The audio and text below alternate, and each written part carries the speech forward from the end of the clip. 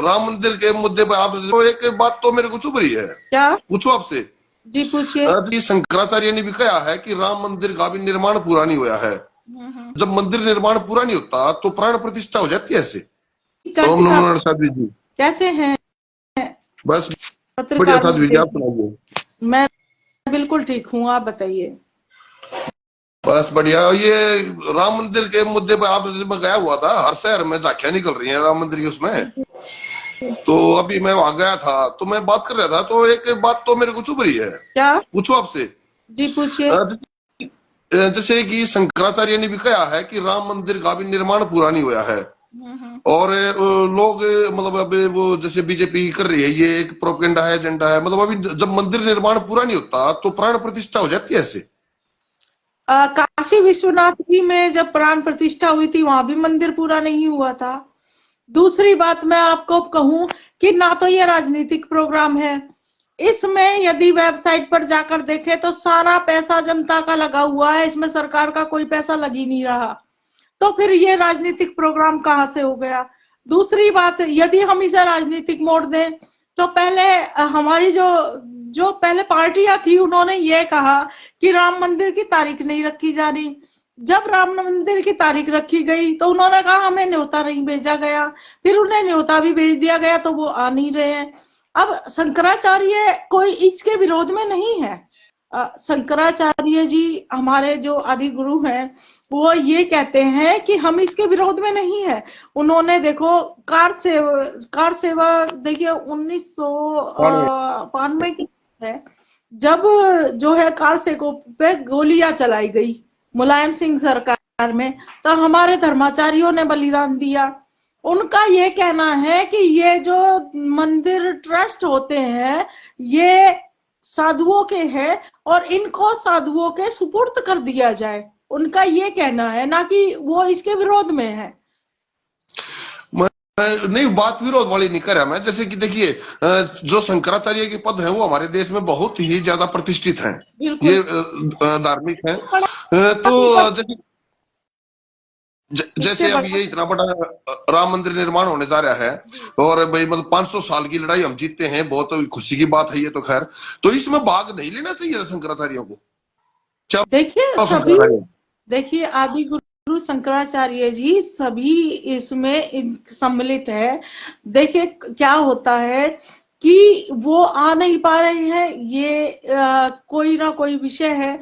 उनका सिर्फ इतना कहना है, मैंने अभी बताया था कि जो ये मंदिर बड़े मंदिर हैं, ये मठ जो है ये गुरुओं के अधीन होना चाहिए। अब देखिए आप बड़े मंदिर में जा रहे हैं, आप छोटे छोटे मंदिरों को ही ले लीजिए ना, उसमें भी गृहस्थी ट्रस्ट बना बना के बैठे हैं, तो फिर साधुओं का रह क्या गया? आप ये देखिए ना। तो फिर इन उनका तो यही कहना है, आप उस भाषण को जो उन्होंने लेक्चर दिया है ना उसको गौर से सुनिए, उनका यही कहना है। और आज अब जो आप ये कह रहे हो ना कि जो धार्मिक स्थल हैं वो साधुओं के हवाले मतलब कर दिए जाएं, ये कह रहे हो आप? बिल्कुल कह रहे हैं हम। तो मैंने एक चीज और देखी है साध्वी जी, इसमें देखिए हमने बहुत सारे कई मठों में भी घूमया हूँ, कई जगह घूमया हूँ। कुछ तो साधु ऐसे हैं जिनके पास प्रॉपर्टी धनंबार बहुत ज्यादा है, गाड़ियों में पूरा काफिला लेके चलते हैं, ऐसे भी साधु देखे हैं। बिल्कुल।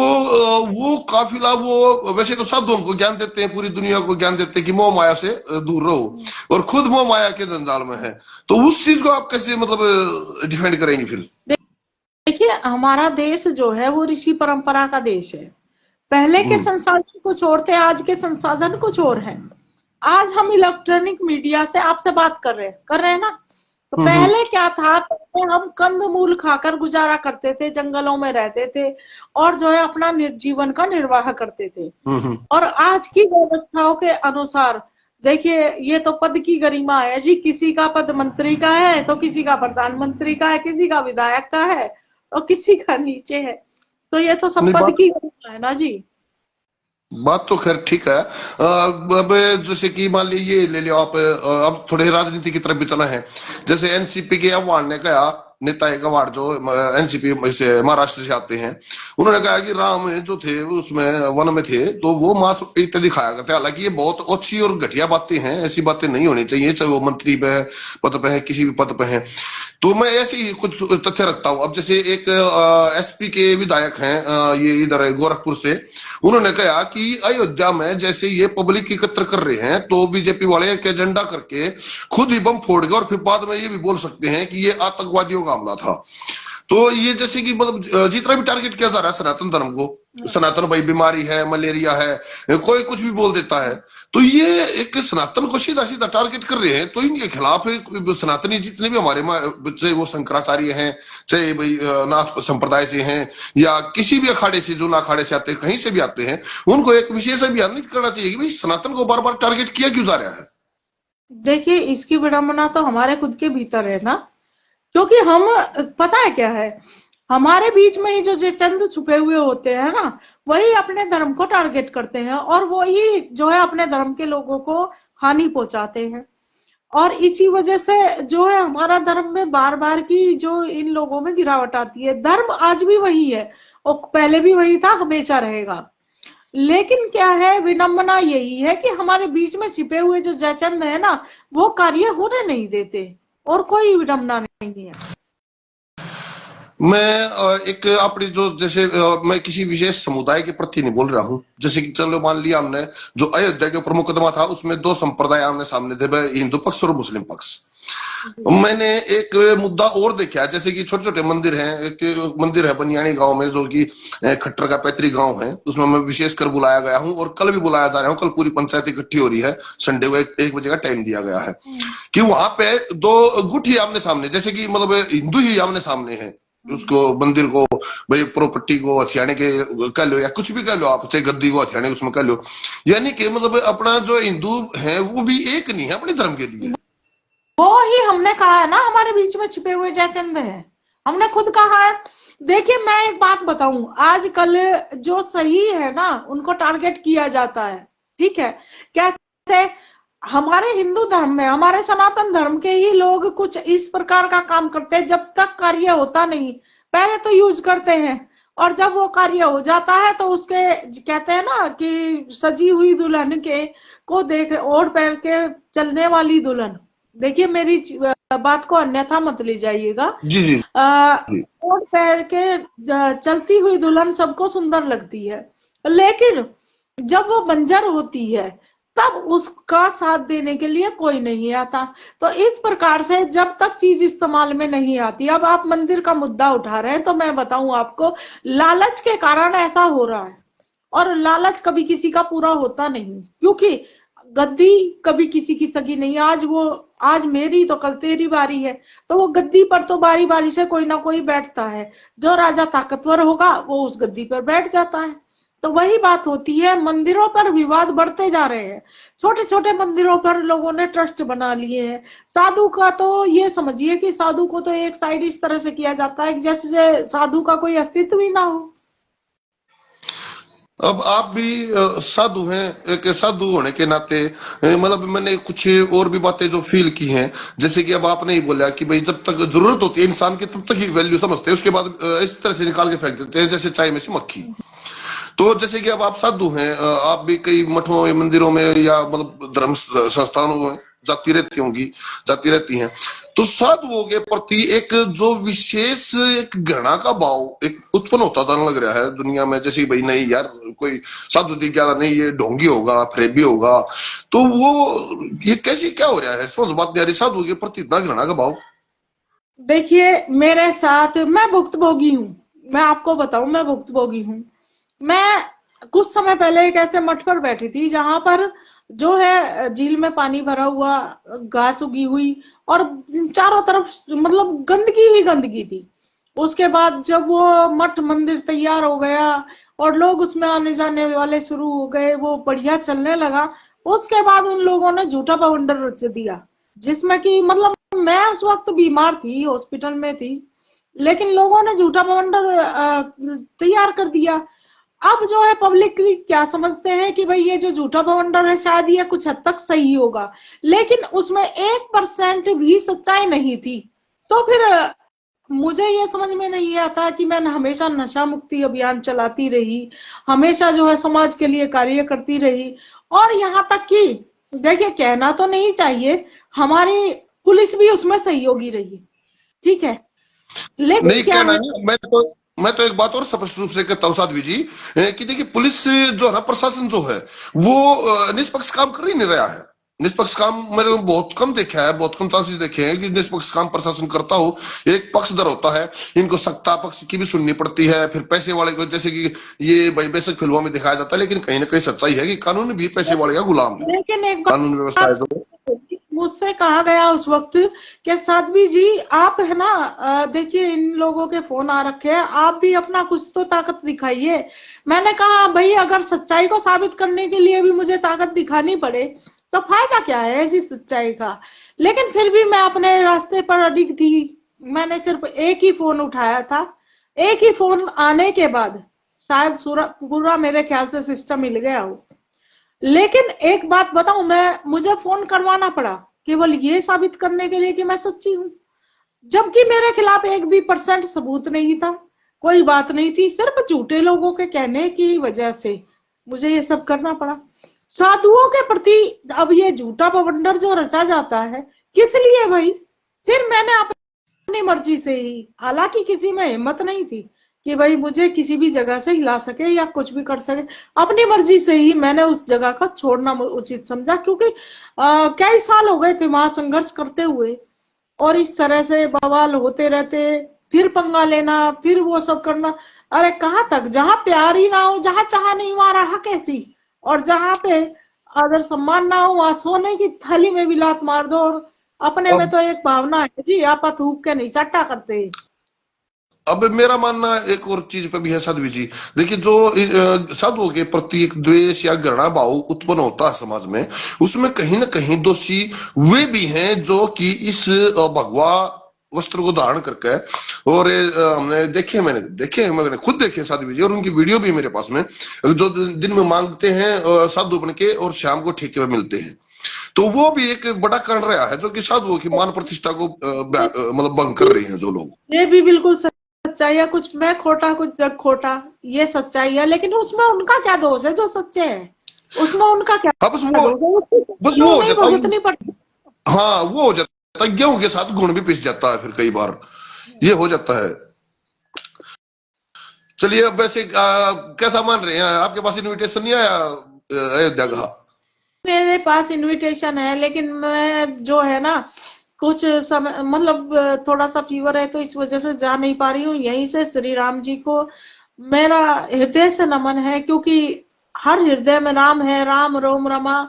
तो मैं तो यही कहूंगी कि देखिए अब जो लोग मुद्दा उठा रहे हैं वो ये चीज देखिए ना कि बड़े बड़े मंदिरों से ही बड़े बड़े अस्पतालों के खर्चे चलते हैं, बड़े बड़े मदरसों में तनख्वाह मिलती है, और बड़े बड़े काम होते हैं। तो और कितने ही लोग बाहर दरवाजे पर प्रसाद बेचकर अपने घरों को चलाते हैं, समझ रहे हैं? मैं एक कल सुधीर चौधरी का विश्लेषण देख रहा था, तो हाँ, उसमें सुधीर चौधरी बता रहे थे कि जितने भी हमारे, जैसे तिरुपति बालाजी है, जितने भी बड़े बड़े मंदिर हैं, हाँ, जितने भी बड़े बड़े ट्रस्ट हैं, इन ट्रस्टों से सरकार को कुछ परसेंट, मतलब 20% कुछ परसेंट इनको टैक्स मिलता है, सरकार को टैक्स जाता है उनके दान से। और साथ में उनके ट्रस्टों के अस्पताल भी चलते हैं, उनके अनाथ बिल्कुल आश्रम भी चलते हैं। बिल्कुल। तो ऐसा मैं देख रहा था, तो उसमें ये बात मेरे को सुनने को मिली सुधीर चौधरी से कि जितने भी क्रिश्चियनिटी के जैसे चर्च हैं या मस्जिद हैं, उनमें से कोई भी दान का पैसा सरकार को नहीं, ना तो टैक्स मिलता है और ना कहीं काम में लिया जाता है। फिर ये एक दोगलापन नहीं हो गया योग तो, यानी कि सिर्फ सनातन धर्म ही पूरा पूरा ठेका उठाओगा भाई, चाहे को गरीब है अमीर है कहीं से भी है, उनका सबका सब कुछ सिर्फ मंदिर ट्रस्ट ही करेंगे, उनमें मस्जिदों की कोई भूमिका नहीं होगी, चर्चों की कोई भूमिका नहीं होगी। तो फिर ये एक प्रकार से देखा तो ये भी हमारे साथ भेदभाव हो रहा है सनातन के प्रति। एक मिनट, ये नरेंद्र तहसीलदार जी क्या कह रहे हैं, जरा इस पे ध्यान दीजिए। आदरणीय साध्वी जी, राधिका सरस्वती जी, आप बहुत सुंदर प्रकार से धर्म का पक्ष रख रही हैं, आपकी जय हो। हाँ जी नरेंद्र ताते सर जी, धन्यवाद है। और ये है रविंद्र पोलिस्ट, जय श्री राम, जय श्री श्याम, जय श्री श्याम जी। तो मैं उसी बात पर फिर आ जाता हूँ। तो ये दोगलापन नहीं हो रहा है हमारे साथ में कि भाई सब कुछ सनातनी मंदिरों से तो लिया जाएगा, लेकिन चर्च और मस्जिदों से कोई भी पैसा नहीं लिया जाएगा। आप बिल्कुल सही कह रहे हैं, लेकिन जब तक हमारे हिंदुओं में से लालच की भावना खत्म नहीं होती है ना, तब तक हम ऐसे ही पिसते रहेंगे। और हमारे बीच में छिपे हुए जो जयचंद है ना, असली जो नाश की जड़ है वो ये है, क्योंकि ये जयचंद ही होते हैं जो कि दोगलापन दिखाते हैं, दोनों तरफ मिले रहते हैं और हमेशा पृथ्वीराज चौहान और झांसी की रानियों की तरह जाने कितने सच्चे अनुयायियों को अपनी बलि देनी पड़ती है, कुर्बानी देनी पड़ती है। और अपना बलिदान देने के बावजूद भी हम किसी भी प्रकार से कुछ चीजों को नहीं बचा पाते हैं। और ये तो आज ही नहीं, ये तो सदा से ही रहा है। हमारे इतिहास में पता नहीं कितने ऐसे महान योद्धा हैं जिनको आज तक कभी हम नाम भी नहीं जानते, जो अपना बलिदान, सर्वोच्च बलिदान देकर चले गए। हमें कभी उसके इतिहास के बारे में नहीं पढ़ाया गया। जैसे अब मैं खुद अपनी ही बात करूं, हमें हमें अकबर, बाबर, औरंगजेब, इनके पिताओं के नाम, दादाओं के इनके नाम पढ़ा दिए गए। कभी ये नहीं बताया गया सम्राट अशोक के पिताजी कौन है, उसके दादाजी कौन है। कभी ये नहीं बताया गया महाराणा प्रताप के विषय में पूर्ण रूप से नहीं पढ़ाया गया। ये बातें तो बहुत पीछे की हो गई, ये तो नर्सरी क्लास की बातें हैं। लेकिन अगर हम सच्चाई देखें तो आप ये देखिए कि ना, हमें अपने मंदिरों को, अपने धार्मिक स्थलों को ही अपनाने के लिए, उनमें पूजा पाठ करने के लिए युद्ध करना पड़ रहा है आज भी। जबकि हमारा देश हिंदू धर्म का देश है। हमारा देश में बंटवारा सन 47 में हो गया, उसके बावजूद आज भी हमें जो है संघर्ष करना पड़ रहा है। और इसके बावजूद भी आप देखिए, क्या किसी मस्जिद का नाम होता है ज्ञानव्यापी मस्जिद? वहां पे त्रिशूल, शिवलिंग वगैरह पाए जाते हैं? मतलब ही नहीं है। फिर वो मस्जिद कैसी है? क्या किसी भी मस्जिद का आकार मंदिर जैसा होता है? लेकिन ऐसा है। ये तो फैक्ट है साध्वी जी कि जब मुगल आक्रांताओं ने जब भारत पर आक्रमण कराया था, ये तो फैक्ट है कि 80% मस्जिद जो बनाई गई है वो मंदिरों को तोड़ के बनाई गई है। यानी कि ढांचे को रखा गया है, अंदर से मूर्ति तोड़ी है और उनको मस्जिद में कन्वर्ट कर दिया गया है। 80% मस्जिदें ऐसे तैयार हुई हैं। यही आप देख लीजिए, जैसे 4 दिन पहले ये क्या नाम, ओवैसी कह रहे थे कि मतलब एक भड़काने की साजिश। ओवैसी कह रहे थे कि भाई अब सभी मस्जिदों का यही बारी बारी से नंबर आएगा और उनको मंदिर में तब्दील कर दिया जाएगा। यानी कि एक विशेष समुदाय को भड़काने की कोशिश, आग लगाने की कोशिश, ये लगातार इनकी तरफ से चलता है। देखिए, आप ओवैसी की क्या बात करेंगे? जो लेडीजों के अंडर गारमेंट देखता फिरता हो, उसका क्या औचित्य है? आप बात आपकी सही है। आप ये देखिए ना, चुनाव के दौरान चाहे वो हीरोइन थी या कुछ भी थी, लेकिन वो हमेशा अंदर के कपड़ों का कलर देख रहे हैं। वो मतलब, तो फिर उस इंसान की सोच, उस इंसान की तो चर्चा ही करना बेकार है। उसे तो किसी कैटेगरी में ही नहीं रखते हम, ठीक है ना? चलिए, और एक बात जो हालांकि फिलहाल न्योता हमारे पास भी, हमने वीडियो भी डाली, न्योता हमारे पास भी आया था विश्व हिंदू परिषद की तरफ से। भाई अभी तो सर्दी भी है और एक भीड़ भाड़ के कारण अव्यवस्था का भी आलम हो सकता है, तो अभी तो हम नहीं जाएंगे। बाकी अयोध्या जाने की इच्छा मेरी भी हो रही है, अब तो बिल्कुल बाद में जाएंगे कभी। मेरे साथ चलिएगा आप कुछ दिन बाद, बहुत, है ना? हाँ, कुछ दिन बाद चलेंगे साध्वी जी। बहुत बहुत धन्यवाद आपका। और अगर ऐसे ही, हाँ बताइए, आप बताइए। आपको मेरी बात तो पूरी हुई ही नहीं है। मैं आपको बताती हूँ कि अभी भी जंग जारी है मथुरा में, कृष्ण जन्मभूमि पर, ठीक है। बहुत से ऐसे मंदिर हैं, बहुत से ऐसी जगह है जहां पर मस्जिद जो है बना दी गई है। अब आप ये देखिए ना, इनकी जो मस्जिद मिलेंगी वो मेन रोड पर मिलेंगी, जगह जगह मिलेंगी। और हमारे जो हिंदू है ना, वो गांव के अंदर भी झगड़ा कर रहे हैं। इनका अगर किसी मौलवी को कोई अहित हो जाता है तो रातों रात उसके लिए मस्जिद तैयार हो जाती है। और हमारे जो सनातन धर्म के लोग हैं, हमारे जो हिंदू धर्म के लोग हैं, वो देखते हैं बाबा को किस कांड में फंसाया जाए और कब ये मंदिर हथियाया जाए, कब इसको दारू का अड्डा बनाया जाए, कब इसको नशे का शिकार बनाया जाए, कब इसको गलत कामों का अड्डा बनाया जाए, कैसे बाबा को बदनाम किया जाए। और इसीलिए जो है हम जैसे पिस जाते हैं, जबकि हमें कमी होती नहीं है और बेवजह लोग जो है ड्रामेबाजी करके झूठा प्रबंधन रच देते हैं। बिल्कुल बिल्कुल सही बात आपकी। ये विकास मलिक के साथ जी, आप बहुत अच्छा काम कर रहे हो। विरोध तो सदा थे, सदा रहेंगे, इसलिए आप अपने विचारों को ऐसे ही मजबूत रखें। हम आपके साथ हैं। बहुत बहुत धन्यवाद है विकास मलिक जी। और साध्वी जी, तहे दिल से हम भी आपके इस धर्म प्रचार में आपके साथ हैं। बस ये है कि हाँ, देखिए, जब भी हम कभी कुछ किसी पक्ष में लड़ने की और कहने की हिम्मत रखते हैं तो उसके आलोचक और समालोचक दोनों तरह से होते हैं। अब अगर आलोचक नहीं होंगे तो हमें क्या पता चलेगा समालोचक कौन है। तो विरोध भी विकास, जरूरी है उस बात को। बहुत बहुत धन्यवाद। पता है क्या है, थोड़े समय पहले ऐसा कार्य करने जा रही थी मैं सारी बातें स्पष्ट तो नहीं कहूंगी कि जिससे कि हरियाणा का नाम अपने यहाँ क्या विदेशों में भी गूंजता, और जिन जगहों का नाम गूंजता वो बहुत अहम होती और जो जाने कितने बच्चों का जो है जीवन संवर जाता। लेकिन कुछ विधर्मियों ने ऐसा काम किया कि ना तो वो कार्य हो पाया, ना अपने गांव की प्रगति ही कर पाए, ना ही हरियाणा का नाम विदेशों की किताबों में जो है सुनहरे अक्षरों में लिखा गया। और उसकी वजह से जो है, लेकिन क्या है, कहते हैं ना, जाको राके साइया मार सके ना कोई, बाल ना बांका कर सके सो जग बैरी हुए। जी तो जी। मेरे अच्छे कर्मों ने मेरा साथ दिया, इसीलिए मैं परमात्मा की बहुत बहुत आभारी हूँ, क्योंकि सदैव को परमात्मा ने मेरा साथ दिया है।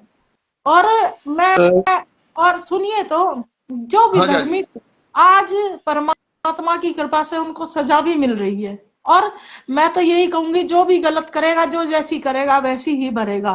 केवल केवल परमात्मा पे न्याय छोड़ दो, समय आने पर सब कुछ उचित होता है। बहुत बढ़िया बात कही है साध्वी जी आपने। अभी मैं ज्यादा पीछे नहीं जा रहा हूँ, बस करीब करीब 10 दिन, करीब करीब 1 महीना पहले की बात है, महीना भी नहीं हुआ होगा उन बातों को। मैं वो बात याद दिला रहा हूँ कि सनातन कैसे कमजोर पड़ जाता है। किसी भाई ने, राजपूत भाई ने लिखा कि सूरजमल राजपूतों का खून था। हालांकि अब एक नजरिए से देखिए, राजपूत हुए, ठाकुर हुए, वो SC BC कोई भी कास्ट हुई, मैं 36 जाति बिरादरी को सनातनी ही मानता हूँ। सब हम सनातनी ही हैं। लेकिन हम एक दूसरे की जाति के बारे में जब कुछ बोलते हैं, फिर किसी एक जाट भाई ने कह दिया कि भाई तुम्हारी आज भी वो लाल किला के नाले में 1.5 किलोमीटर सलवार मिल जाएंगी राजपूता की लेडीज की। हालांकि कितनी अभद्र टिप्पणी थी ये। लेडीज है, माँ बहन है, वो चाहे राजपूतों की है, चाहे ठाकुरों की है, चाहे जाटों की है, छत्तीस जाति बिरादरी किसी की भी है, माता बहन सबकी पूजनीय है। तो ये जो हम सनातनी आपस में एक दूसरे पर अभद्र टिप्पणी करते हैं ना, सबसे मैं कमजोर होने का आपको, कारण यही बनता है हमारा। जिसके जैसे संस्कार होंगे वो चर्चा भी वैसी ही करेगा। और वीर और सूरवीर तो हर जाति में पैदा होते हैं, ये जरूरी नहीं है कि वो बिल्कुल। जाट गुज्जर ब्राह्मण या मतलब किसी भी उसमें हो। अब दूसरी बात क्या है कि जो लोग विधर्मियों की तरह अपने ही धर्म पर आघात करते हैं, मुझे तो कहीं ना कहीं उनके DNA पे पूरा पूरा शक होता है कि कहीं ना कहीं बिल्कुल उनकी भावना कमी रही होगी, जो वो आज तक गर्भ से बाहर आए ही नहीं है, और उनकी सोच केवल वहीं तक सीमित है। बिल्कुल अपने बिल्कुल। बच्चों को आयरन बनाने के बजाय जातियों में बांट रहे हैं। उन्होंने क्या है, कुएं में से निकले, कुएं की मेड पर बैठे, टटर मचाई और फिर उसी कुएं में घुस गए। उनकी सोच वहीं तक, कुएं तक रह जाती है, वो कभी आगे बढ़ ही नहीं पाते और ना वो पढ़ पाए हैं। हमारे देश को शिक्षा की जरूरत नहीं, शिक्षा की जरूरत इन लोगों को है जो कि अपने घर से संस्कार नहीं ग्रहण कर पा रहे हैं, और वो केवल और केवल माँ के आंचल में इस तरह से छुपे हुए हैं कि उनकी कमियां भी उनको अच्छा ही नजर आती हैं। अब वही मेरा मानना है साध्वी जी। देखिए, दूसरी दूसरी तरफ हम सोचते हैं एक तरह से, तो भारत के मर्यादा पूर्ण निर्माण में संपूर्ण सृष्टि में, मतलब हर जाति का, कोई चाहे किसी भी जाति से बिलोंग करता हो, हर जाति का योगदान है। कहीं ना कहीं हर जात का योगदान होता है। अब मान लिया, मैं थोड़ी देर के लिए सोच के सकता हूं, आप में कुछ कमी है या मुझ में कुछ कमी है, मैं आपकी कमी को दुनिया के सामने चीख कर गा कर अपनी कमी नहीं दबा सकता। जो मेरे में कमी है उन कमियों को मुझे स्वीकार करना होगा। वो कहते हैं ना कि सबसे पहले अगर नव निर्माण की तरफ आगे बढ़ना है तो अपनी कमियों और अपनी गलतियों को स्वीकार करना सीखना चाहिए। अगर मान लिया आप में कोई कमी है और मैं कहूं नहीं आप में ये कमी है, ये कमी, ये कमी है, ये आपकी, मेरे ये कहने से आप ना तो आपकी अच्छाइयां दबेंगी और ना मेरे में जो कमी है वो कमी दबेंगी। मेरी कमी ही रहेगी। मैं तो एक बात जानती हूँ केवल अपने बारे में कि मैं कट सकती हूँ, लेकिन गलत चीज के आगे झुक नहीं सकती जी। मैंने तो बिल्कुल बस यही शिक्षा ली है, और गलत का ना मैं साथ देती हूँ और ना दूंगी। अगर कोई मुझे गलत कहता है तो ये मेरा दोष नहीं है, उसके कर्मों का, उसके संस्कारों का दोष है। अगर कोई मेरी तरफ गलत दृष्टि से देखता है तो मेरा दोष नहीं है, उसकी दृष्टि का दोष है। कारण क्या है भगवान की जो मूर्तियां मंदिर के अंदर रखी हुई हैं, कोई तो उसे इस दृष्टि से देखता है कि इसको हमें चोरी करना है, कोई उसे इस दृष्टि से देखता है कि हाँ वो वहीं पर सजी हुई सुंदर लग रही, कोई उसको देखता है कि ये इतनी सुंदर मूर्त है तो इसके हमें वस्त्र लेके आने चाहिए और हमें इसको यहाँ पर जो है साफ सुथरा रखना चाहिए। तो ये तो अपनी अपनी भावना पर निर्भर करता है कि कौन हमें किस दृष्टि से देखता है, और जैसी दृष्टि वैसी सृष्टि, उसके ऊपर हम अपने दिमाग को क्यों खराब करें। बिल्कुल अगर उनके जायज माँ बात बाप आपकी। को ये चिंता नहीं है कि भाई वो अपने बच्चों को क्या संस्कार दे रहे हैं, अगर उनके संस्कार अच्छे होंगे तो बुढ़ापे में शायद उन्हीं को सुख मिलेगा, है ना। अब तो सब अब वही बात जो आपने कही ना, मैं उसी बात के ऊपर, जैसे कि मान लिया आपके कई विरोधाभासी हैं, जैसे आपका कोई विरोध करता है और आपके बारे में कुछ भी कुछ बोलता है, तो अभी जो आपने बात कही उसी बात पे मेरे को एक बात छोटी सी याद आ रही है। ये कुमार विश्वास ने कही थी कि देखिए जैसे गुलाब का फूल होता है, उस गुलाब के फूल का उपयोग हम कहाँ कहाँ कर सकते हैं। किसी को उपहार स्वरूप दे देते हैं, माला बना के माला पहन लेते हैं, भगवान के चरणों में रख देते हैं, कोई अर्थी है, कोई मरा हुआ है अर्थी है, उसके ऊपर चढ़ा देते हैं, कहीं बगीचे में लगा हुआ है, पौधे में लगा हुआ है तो भी दिखता है। यानी कि वो गुलाब का फूल कहीं भी जाए, किसी भी दशा में रहे, वो अपना सौंदर्य और अपनी खुशबू वो कभी नहीं त्यागता। वो उसकी वो सौंदर्य, उसकी खुशबू और उसकी सजावट वही रहती है। बस उसकी हर जगह पे एक दिशा बदल जाती है, कहीं अर्थी पे है तो कहीं प्रभु के चरणों में। तो जो आपके बारे में लोग कहते हैं ना, मैं उनको ऐसा ही मानता हूँ। वो आपके बारे में कहेगा अपनी जबान गंदी करते हैं बस, मैं तो सीधी सी एक बात है। बात कहूंगी इनके लिए कि कांटे ना होते तो फूलों की सुंदरता को कौन देखता, और इनकी चुभन में से खून ना निकलते तो उनको तोड़ने की ललक कौन करता। तो जब तक लोग उस चीज को देखकर हमारे पास आएंगे नहीं तो उन्हें हमारे जीवन के कष्टों का हमारा कैसे पता चलेगा कि हम कितने कष्टों के बाद आगे बढ़ पाते हैं। उनको ये पता नहीं लगता, वो केवल ये देखते हैं भाई इनके तो मतलब इतनी पहुंच है, ये सबसे बात कर लेते हैं या फिर इस मुकाम पर पहुंचे, लेकिन उनको क्या पता कि कितने पैरों के तलवे घिस गए हैं, कितना खून निकला होगा इन पैरों में जब इतना नाम कमाया होगा। तुमने तो बहुत जल्दी ही देख लिया कि किससे मिलते हैं किससे बैठते हैं, लेकिन अपने आप को, अपने कर्मों को और अपने पैरों को लोहे की तरह मजबूत बनाओगे तभी आगे बढ़ पाओगे। अन्यथा केवल दूसरे को देखकर तुम ईर्ष्या का पात्र बने रहोगे, और दूसरे से ईर्ष्या करने के बजाय अगर तुम खुद मेहनत करके बढ़ोगे तो शायद उस दूसरे जो कि मेहनत करके ऊंचाइयों तक पहुंचा है, उस दूसरे की मेहनत की कीमत का एहसास तुम्हें हो पाएगा। मैं तो फिर भी वही बात कर रहा हूँ साध्वी जी। देखिए जो आदमी आपका विरोध कर रहे हैं उन आदमियों के लिए खासकर एक बात, सबसे पहली बात, किसी नारी का साधु रूप में जीवन व्यतीत करना एक आसान बात नहीं होती, तलवार की धार पर चलने जैसा होता है। दूसरी बात, जो एक आदमी भी अगर एक साधु बने, एक आदमी भी कोई साधु है, पुरुष पुरुष भी कोई साधु बनता है तो उसको भी कितनी तकलीफें, कितनी दिक्कतों का सामना करना पड़ता होगा। और फिर भी आप तो एक नारी हैं, तो उनको ये बात कहने से पहले ये सोचना चाहिए, अगर तुम्हारे परिवार से कोई, तुम्हारी बहन बेटी कोई नारी इस पथ पर अग्रसर होती और तुम अगर उसके बारे में ऐसा बोलते तो तुम्हारे पूरे खानदान में तुम्हारे ऊपर क्या बीतती। ये उनको कहने से पहले, आपको कहने से पहले अपने ऊपर सोचना चाहिए। पता है क्या है, मैं तो उनका धन्यवाद देती हूँ। पूछो क्यों? कैसे? क्योंकि अगर वो विरोध ना करते तो मुझे इतना लोग जान कैसे पाते। उनकी बातें सुनने के बाद लोगों को जो है ये तो रहता है कि भाई हम भी जाने अगला क्या चीज है, क्या पता गलत है या सही है, लेकिन पता तो जब चलेगा ना जब वो हमारे पास आएंगे, बैठेंगे, हमारे विचारों को सुनेंगे कि आखिर सच्चाई क्या है। तो इसीलिए उनका बहुत तहे दिल से धन्यवाद है भाई। तुम्हारे पे जितना होता है उतना विरोध करो, और हमारे कर्म यदि अच्छे हैं तो तुम कितना भी विरोध कर लेना, आखिरकार जीत सत्य की होती है। बिल्कुल बिल्कुल जायज बात है साध्वी जी, जीत सच्चाई की होती है। जो धर्म पथ पर अग्रसर है उनके पथों में काटे तो आते ही हैं। अब हम तो ये जानते हैं साध्वी जी, 1992 का हमें सीन याद है, तब हम होश संभाल चुके थे जब 1992 में कार सेवकों पे गोलियां चली थी, कितने लोग उसमें शहीद हो गए थे। और लगभग 500 साल में, हर 500 साल में आंदोलन चला है राम मंदिर के लिए, पिछले 500 साल से। तो करीब करीब ज्यादा नहीं तो 3-4 लाख लोग अब तक शहादत भी दे चुके हैं इस राम मंदिर निर्माण के लिए। और जब मैं इसमें अपने आप को सबसे बड़ा खुशनसीब मानता हूं कि मैं उस युग में पढ़ रहा हूं, उस युग में सांस ले रहा हूं जब इस पूरे भारत के, क्या आप ये समझिए, पूरी दुनिया के मार्गदर्शक प्रभु श्री राम का मंदिर बनने जा रहा है। और लोग आलोचक हैं, वो कहने वाले तो कहेंगे, उसमें कोई दो राय नहीं है।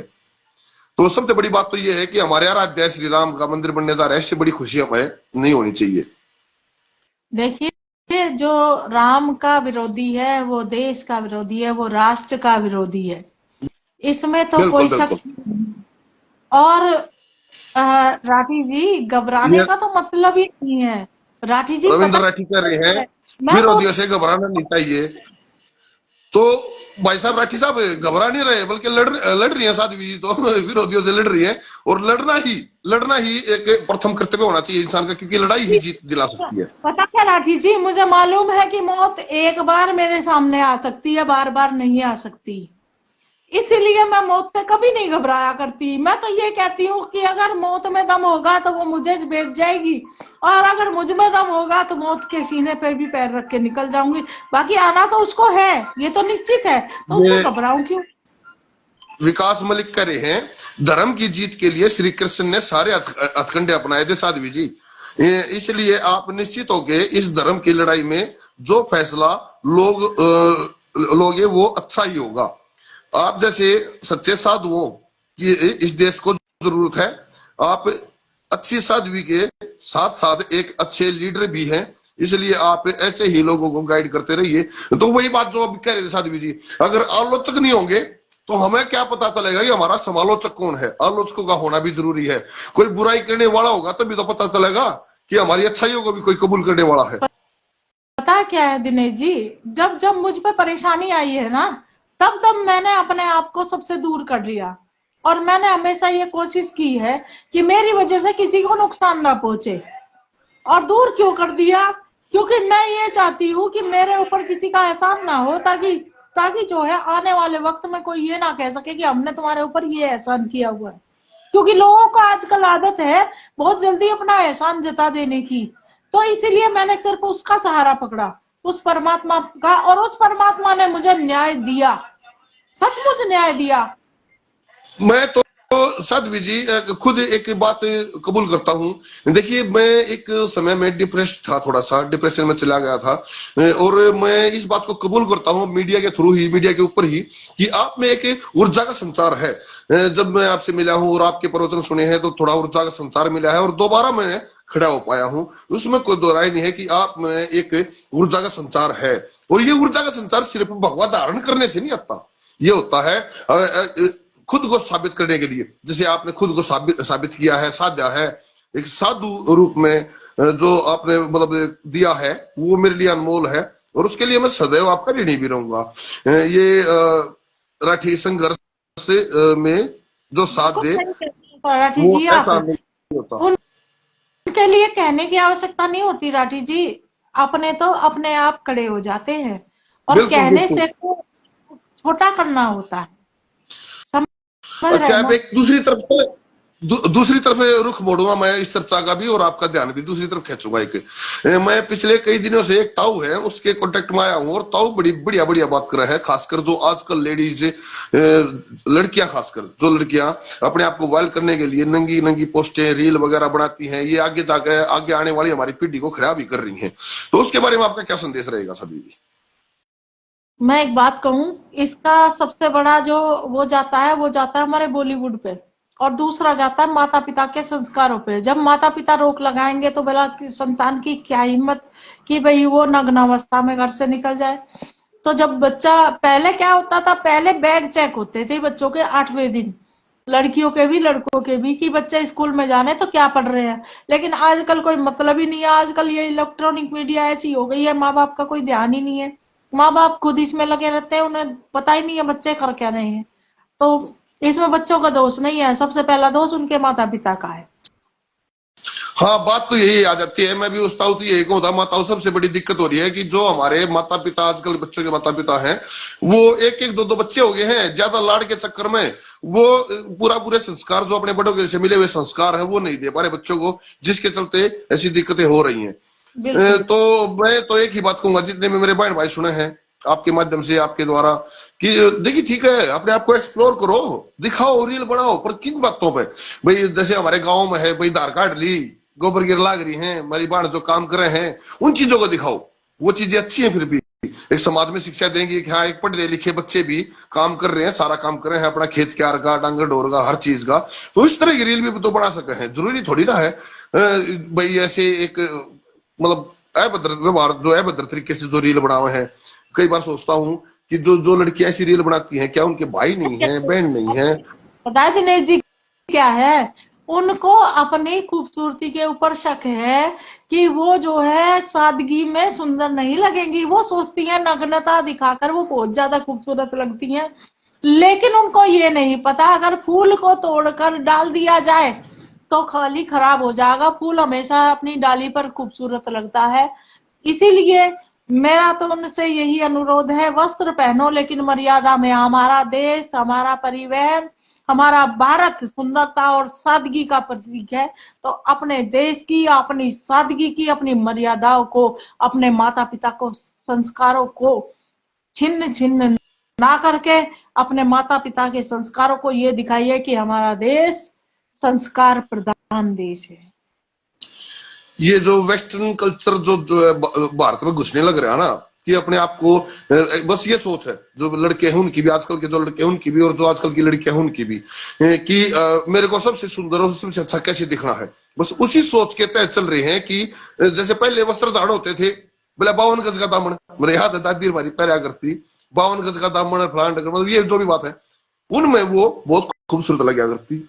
आजकल जो वस्त्र धारण करेजा है, वो ये सोच कर धारण करेजा है कि ऐसे कैसे वस्त्र हो जिनमें मैं ज्यादा ही अपना शरीर दिखा सकूं, ना कि शरीर छुपाने के लिए। ये जो वेस्टर्न कल्चर घुसता है ना, ये भी हमारे लिए एक बहुत बड़ी प्रॉब्लम हो रही है। कॉलेजों में आप देखो आजकल, जैसे मैंने देखा है कई जगह घूमू हूं जब मैं कॉलेजों में, तो हमारी बहनें हैं जो, वो ज्यादा से ज्यादा मतलब वेस्टर्न कल्चर के कपड़े पहन कर आना पसंद कर रहे हैं, ना कि सूट सलवार। वो चीज अब छोड़ चुकी है। सौंदर्य तो सादगी में ही है। अब अगर सौंदर्य को देखोगे तो वो सदैव सादगी में ही सुंदर लगेगा। जो सभ्य बिल्कुल। लोग हैं, जो अच्छे संस्कारी बहू चाहते हैं, वो यही चाहेंगे कि हमारी बहू जो है सादगी पूर्ण हो, अच्छी हो, माता पिता की सेवा करे, मेरी सेवा, हमारी सेवा करे। लेकिन क्या है, जो लड़कियां पहले ही इस तरह के संस्कार लेंगी वो क्या सेवा कर पाएंगी, है ना। चलिए, बहुत अच्छी चर्चा रही शादी जी आपके साथ में। और कभी कभी अगर ऐसी बात है तो ज्वाइन करके कुछ हम, अगर मान लिया 2-4 आदमियों को भी अपनी बात पहुंचा सकें, तो उसमें एक अच्छी पहल रहेगी ये। और अगर आपका आदेश और अनुमति हो तो मैं साथ के साथ इस वीडियो को डाउनलोड करके अपने पेज पे भी डालना चाहूंगा, अगर आपका आदेश हो तो। कोई दिक्कत नहीं है जी, आप डाल सकते हैं अपने। तो, तो ठीक है जी। विराम करें साधु जी। ठीक है जी, ओम नमो नारायण। ओम नमो नारायण साधु जी, ओम नमो नारायण।